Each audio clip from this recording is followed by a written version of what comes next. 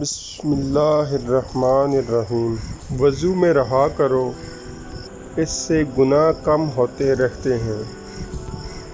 جو انسان 5 وقت کی نماز پڑھتا ہے اس کی زندگی بہت سکون سے گزرتی ہے۔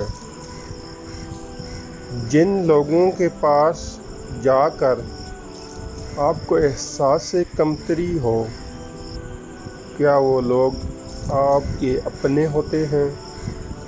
فرمان حضرت علی رضی اللہ تعالیٰ عنہ: لوگوں کے غلام مت بنو جبکہ اللہ تعالیٰ نے تمہیں آزاد پیدا کیا ہے۔ جسے وقت دو وہ قدر نہیں کرتا، اور جس کی قدر کرو وہ وقت نہیں دیتا۔